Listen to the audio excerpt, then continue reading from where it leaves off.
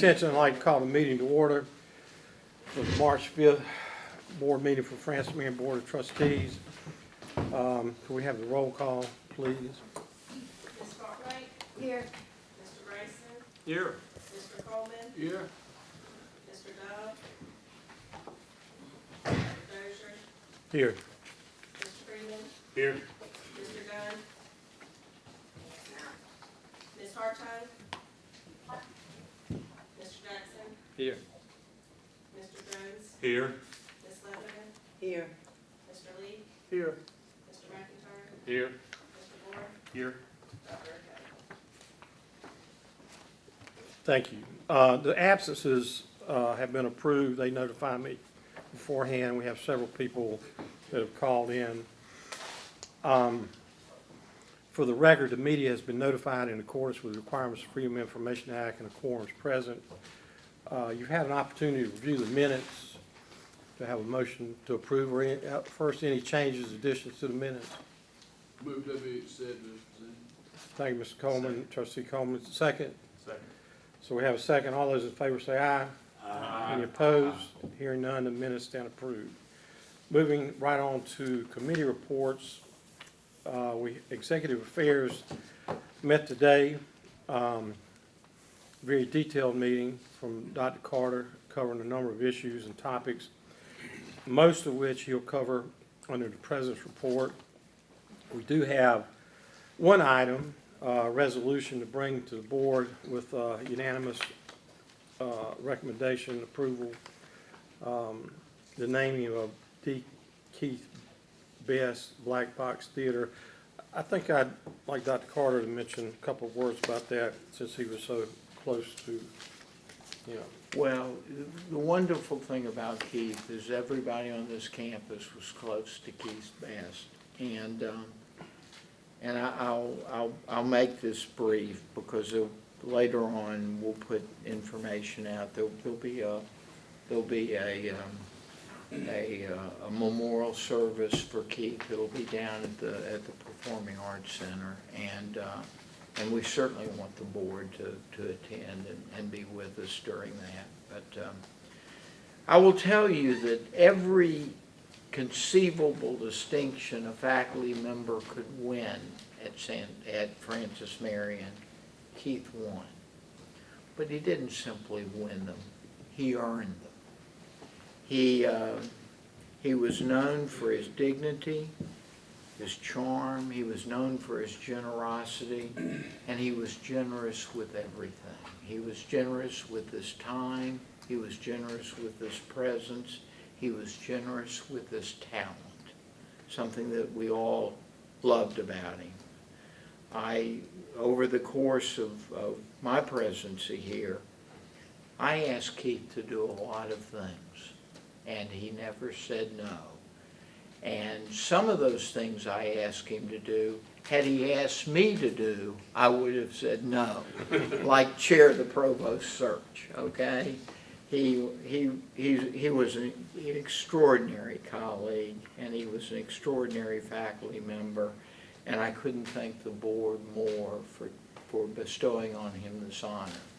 I will tell you this, of the venue, and this comes from Glenn Gorley, who was as close to Keith as anybody on this campus. Of all the venues in which Keith performed, the one he liked the most was the Black Box. So naming that Black Box after Keith is very, very important. And I know it would have been to Keith, and I know it will be to his family as well. Thank you, Mr. Chairman. Thank you, Mr. President. Anybody else want to make a comment? Anything they'd like to say? Hearing none, the resolution for the naming of D.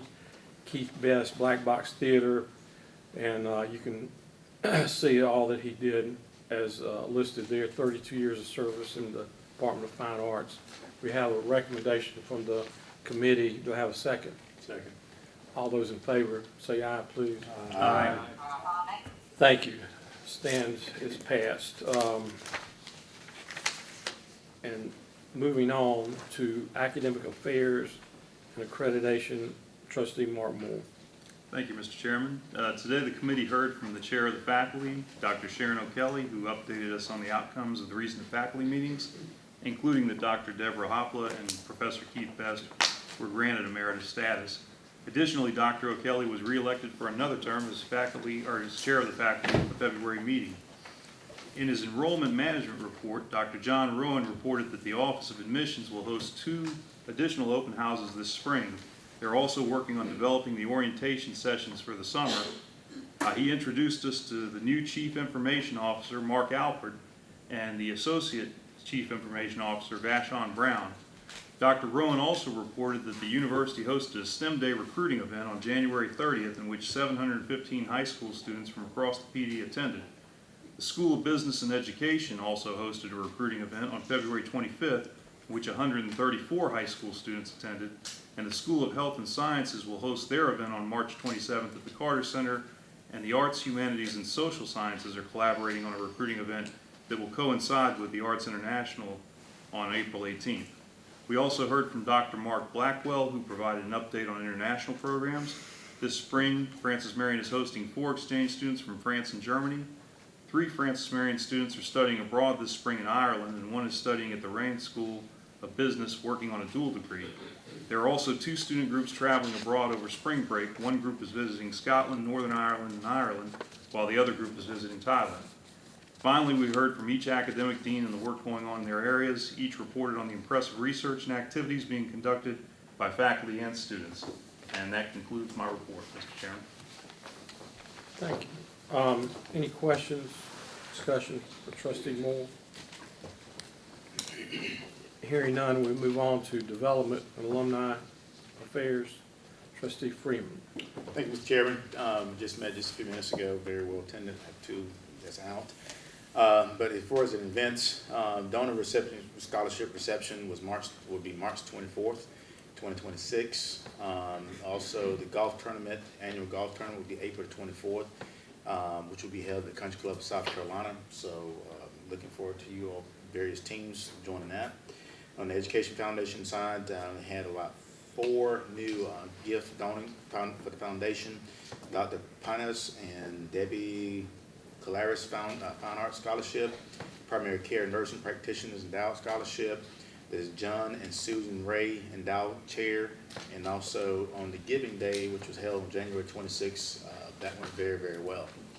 For his Regional Community Affairs Report, Mr. Steve Gately Gallery, Something to Reckon with, the Contemporary Art and Craft exhibit will be March 10th through May 5th. Performing Arts Center, March 14th, Blues for Mama, and March 21st, Gary Lewis and the Playboys. Center for the Child maintains current enrollment, which is at status. I think it's like 41, 45 students currently. Local Government and Leadership Institution, the last session will be March 19th and 20th. And then the nonprofit organization, the Fred Shaheen Leadership Institution, they will have graduation on March 13th. For the Alumni Affairs Report by Mr. Lee Daughtry, the events that have concurred thus far, February 6th, we had homecoming reception and concert. We had a sold-out event. Many of the that was in attendance was the class of 1976, and they were celebrating 50 years of their reunion. February the 7th, of course, was homecoming. We had a record registration and great alumni attendance. I think we had approximately 111 tailgating spaces that was filled up. March 5th, Alumni Awards Night, which is tonight at the PAC, and that will start at 6 p.m., so definitely love for you all to attend. And then March 10th, a baseball game with the Alumni Advisory Board and Student Alumni Council will have the first base side area will be going off for that event. And then, of course, March 31st, School of Business reception will be at 6 o'clock at the School of Business and School Education Building, and hopefully you all can attend that.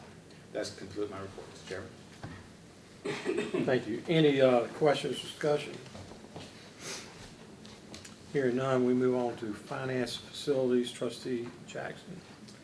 Thank you, Mr. Chairman. Our committee reviewed the budget summary report, which you all have in your packets, and the expenditures and revenues are where they're expected to be for this time in the fiscal year. We also received a number of updates on construction projects, and I'll mention several of them. The forestry and environmental science building across the street, the steel structures in place for that, and the utility infrastructure is being installed. The construction's underway at the Floyd Medical Consortium building, and foundation work and mobilization should be starting in the next week or two. And the renovation of the Coffin Educational Media Center is underway, with work on the Founders Hall to begin in May. And the design team's been selected for the Leatherman and McNair Science buildings. And the acquisition of the Duck Pond properties along the PD River is progressing, with final approvals expected this month and hopefully closing in May. We also have a resolution to present you, Resolution 0226, which is in your packet. And this is to approve the development of 2 crosswalks across Highway 327 that will connect the Griffin Athletic Complex and the Forestry and Environmental Science Building to our campus on this side. And the university's received $750,000 appropriation for this project, which will be managed by SCDOT. And the committee presents that resolution for your approval. Thank you. I have a motion to approve. So moved. Second. Second. Second. Any discussion before we vote? It's well needed. All those in favor say aye. Aye. Any opposed? Hearing none, motion stand approved. That concludes my report, Mr. Chairman. Thank you, Trustee Jackson. Student life and athletics, Trustee Jones. Thank you, Mr. Chairman. Good afternoon, everyone. Student Life and Athletics met this afternoon, joined by Dean LaTasha Ford and Athletic Director Quinn Monahan. We were first updated on the Student Government Association by Isaiah Davis, with his report being shared by LaTasha Ford. Got a lot of seniors in that group this year, so they are sort of in a revamping process. They've got elections coming up, and so they're trying to put together a slate of officers to fill the spot for some of those folks that will be graduating in May. There's a spring festival coming up, similar to the festival that was done last fall, like in October. You've heard us talk before about the food pantry in the University Center. That continues to be an ongoing project, trying to keep that staffed and updated. Next, we talked about student life, a number of things going on, very busy right now. I think we're down to the semifinals and finals of the President's Bowl. I think there are 4 teams left, so that should be exciting here in the next week or so. Several other events, Keys to the College, Mrs. FMU, April 1st, which I thought was April Fool's Day, is apparently Denim Day, so I hope everybody will be sure and wear denim on April the 1st. Swamp Fox 2000 Student Life Awards, summer send-off, just a lot of things coming up here in the next few months. So student life continues to be very, very busy. They started the semester with a free flu clinic and had a lot of folks that showed up and got free flu shots. So that was a great thing to do as well. Student health and wellness continues with clinic collaborations. Got a healthy living and fitness with Airmark Fitness, and Swamp Fox Fitness continues as well. Next, we heard from Athletic Director Quinn Monahan on athletics. He referred to this as a crossover season. That's kind of the time of year when fall and winter sports are concluding and spring sports are wrapping up, and so there's a lot of exciting stuff going on. If you don't follow Francis Marion Athletics on social media, I would encourage you to do so. Francis Marion softball currently owns a 15-4 record and is ranked 6th in the country. Graduate student righty Jenna Walling was named, this is a big deal, National Pitcher of the Week, not National Pitcher of the Week for February 9th through 15th of 2026. That's an incredible honor, so super proud of those guys. Francis Marion baseball is off to the best start in the history of the program. Currently at 15-3, ranked among the top 25 in 3 different national polls. Their junior first baseman, Charlie Bussey III, who was a preseason All-American, was chosen the conference Player of the Week once this year. Women's basketball, the conference tournament is happening this weekend. Our ladies won the East Division title. They play in the conference tournament this Saturday afternoon at 5:15 p.m. at Wofford College. Two more big announcements. The Conference Carolinas Coach of the Year was our women's basketball coach, Jerry Porter. So incredible honor for her, and super proud of her. And the Conference Player of the Year was Kara Coskery. So a lot of stuff happening with those guys. Homecoming, we had 3 new inductees into the FMU Athletic Hall of Fame were enshrined. Men's basketball player Patrick Callaway, baseball player Jared Barkdog, and men's tennis player Oshada Wijamani. A record 251 student athletes were named to the University Swamp Fox Athletic Academic Honor Roll for the 25 fall semester, including 46 perfect 4.0 GPA. So incredible work by those student athletes. 46 perfect 4.0 GPAs. 235 FMU student athletes were placed on the Conference Carolina Presidential Honor Roll for the 2025 fall semester. Mr. Chairman, that concludes my report. Thank you. Any questions? Hearing none. Moving right along, we move on to the President's report. Mr. Chairman, thank you. Let me begin by just acknowledging the chair of my faculty who was just re-elected for another term. Thank you for mentioning that to the board, for acknowledging that. You know, I've worked with 8 chairs of the faculty during my tenure as president, and everyone's brought different skills and capabilities. And I'm delighted to tell you that everyone's become a dear friend during the period of their service. But Sharon and I have developed a kind of unique relationship because we've done so many common things together. She was an attorney, I was a state executive, she was in the Army, which I'll forgive her for. I was a Marine. But we share a common perspective about a great many things. And I just want her to know how much I appreciate the service and time she's given to this university. Being chair of the faculty is not easy. You hear from everybody about everything with an idea about every conceivable thing. And Sharon handles that so well. She really does. Now, I do want her to remember, not that I want to put a sober note in this thing, but I do want her to understand that next year, as is tradition, she'll give the commencement speech at graduation. And so, Sharon, start working on it. Mr. Chairman, let me thank the board for passing the crosswalk resolution. You know, we've never had a serious pedestrian injury at Francis Marion in the history of the university, and I'm very pleased with that. This crosswalk will do a lot of things. It'll protect our students. It'll slow down those darn trucks going on Francis Marion Road in front of the university. And frankly, it'll make our students pause and reflect a little bit because there'll be an extra step involved in them crossing the street. So while I'm always dubious with any project that says DOT will do the work, okay? I'm very, very pleased that we're moving forward with building that crosswalk.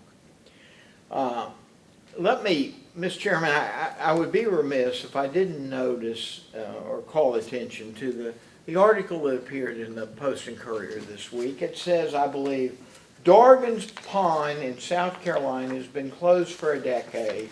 It won't open anytime soon. Not so quick, Nellie. It might open sometime soon because we intend to go back to Clemson now that there's been a leadership change at Clemson. Former president was a fine person, was inclined to transfer ownership of Dargan Pond to us. Clemson just changed their mind, all outlined in in the newspaper article, and we know it's true because it's in the newspaper article. Okay? And, but we intend to go back to Clemson and say, can we begin discussions about this again? I would really, really like to get Dargan Pond open again. Look, we've got land on the river now, we've built the freshwater ecology center, but we lost, when that hurricane came through, we lost the finest fishing hole in the entire county. I sure would like to get that lake back, and we'll work on that. Let me, baseball and softball, just for a second, okay? They're doing terrific. And those two coaches are just the perfect chemistry for those teams of men and women that are playing those sports. I want every board member to come out to a baseball and softball game. Now, I can't promise you tickets. I can't promise you that there'll be seats available, but I'll try to do everything I can to use my sway to get you in, okay? And come early. The stadiums fill up early. I thought you had a president's box with 1,000 seats. Yeah, but Cool. that's usually full for most games. And a buffet and all that. But I think I can get you.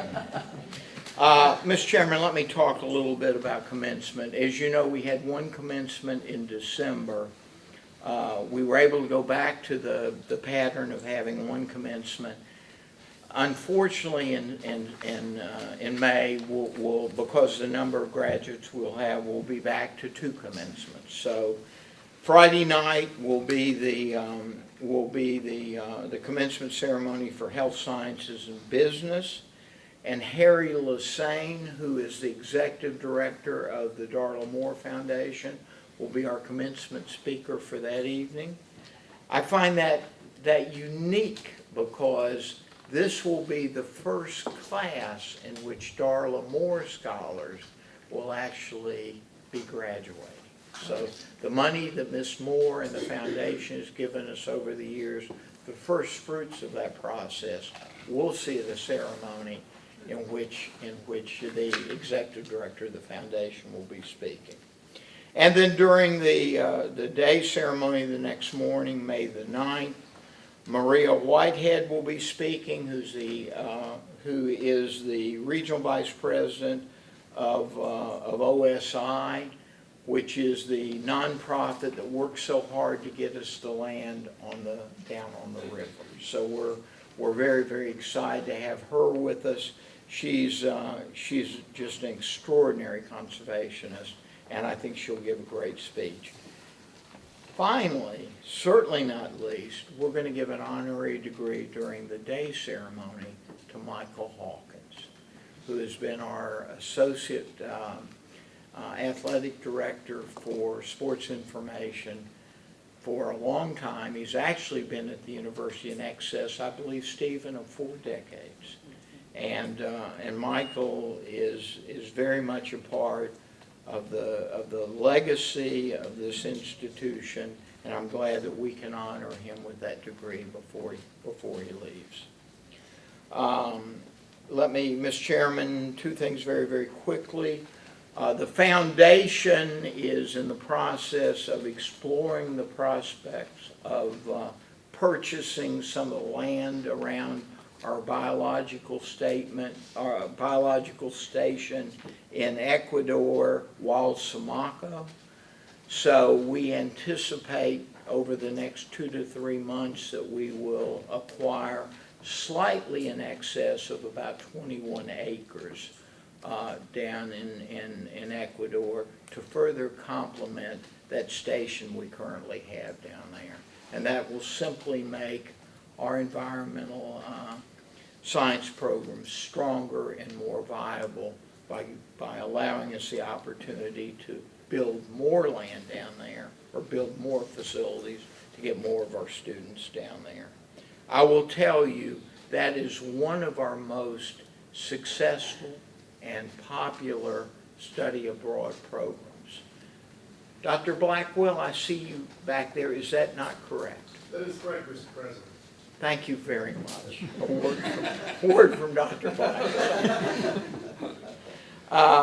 Finally, Mr. Chairman, I just want to give notice to the board that we have, we've renewed our agreement with the Post and Courier.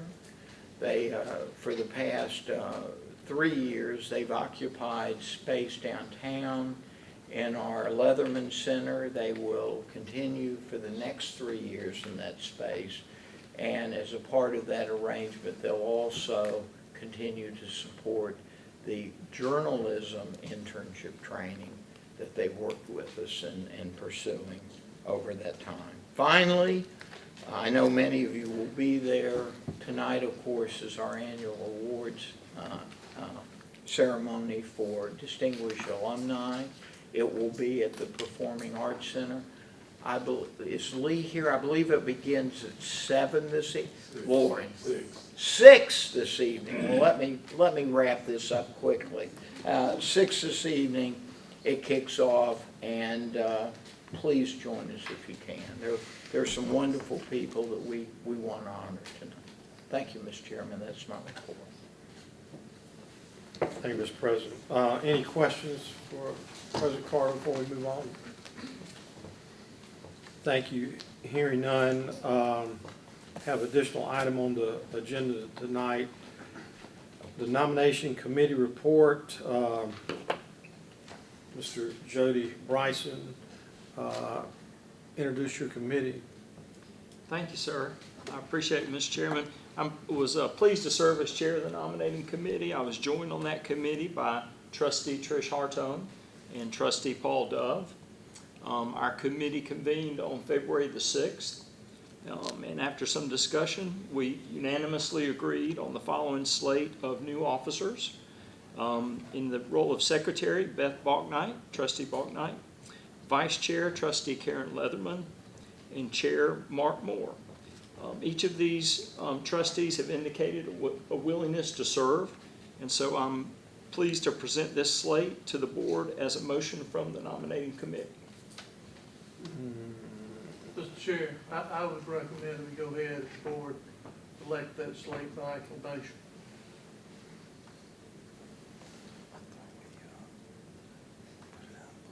You need a second on that? Excuse me, let me. Point of order, just a second. Yeah, the bylaws require the election of the officers. May I ask You can ask Mr. anything you Lee a want. question? Yes. You're next recommending that the slate be accepted by acclamation? Yes. Okay. I misunderstood. However, you left a piece off. Are we going to go? We wouldn't take any other nominations. It was by acclamation. I think that my understanding is the bylaws state that the nominating committee presents the recommendation, is put on the floor, and then it's voted on Next meeting. the next meeting, and if there are any nominations for the floor. Except for this. You have a recommendation on the floor right now that would accept it by acclamation, which means hearing no objection, Mr. Chairman, I move acclamation. Okay, that sounds. Remember, by acclamation, you can accomplish almost anything.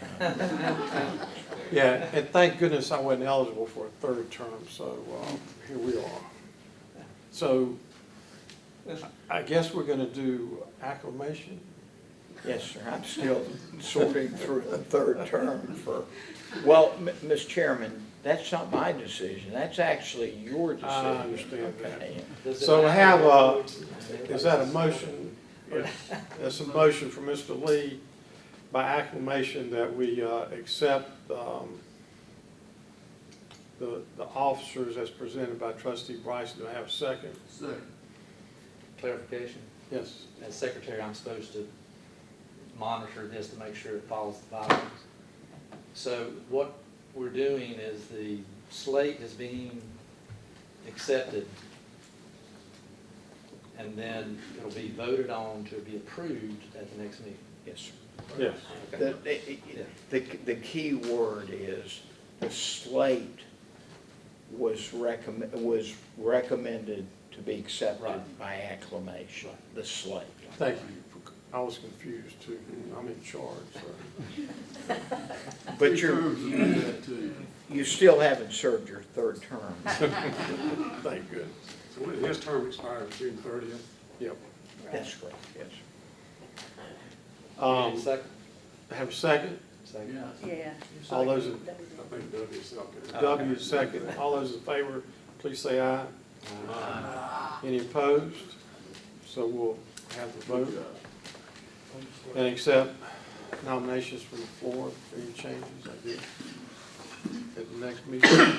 We'll clarify that by the next meeting. If the slate fails, then you take nominations from the floor. Thank you. Thank you. Any unfinished business? Hearing none. Any new business? No. And no need for executive session today. Do I have a motion to adjourn? Meeting stands adjourned. Thank you.